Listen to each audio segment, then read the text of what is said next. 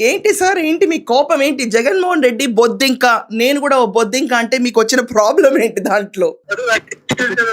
చెప్పి ఏంటి? ఏంటండి మీ ఎనకమాల నినాదాలు గూడా ఇనిపిస్తున్నాయి. జై సీజేపీ అని. బ్రహ్మాండంగా పోటీ చేద్దాం అనుకుంటున్నాం, అవినీతి మీద యుద్ధం చేద్దాం అనుకుంటున్నాం. జై సీజేపీ, జై బీజేపీ. చెప్పండి సార్. ఏం చెప్పాలనుకుంటున్నారు? 'జగన్‌మోహన్ రెడ్డి' మీతో పాటు ఒక బొద్దింక అంటున్నాడు గదా!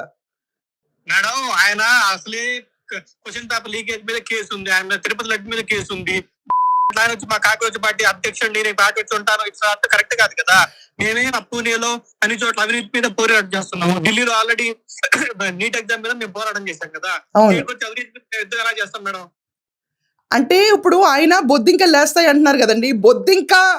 మీరు బొద్దింకల్లో ఒప్పుకోరా అతన్ని?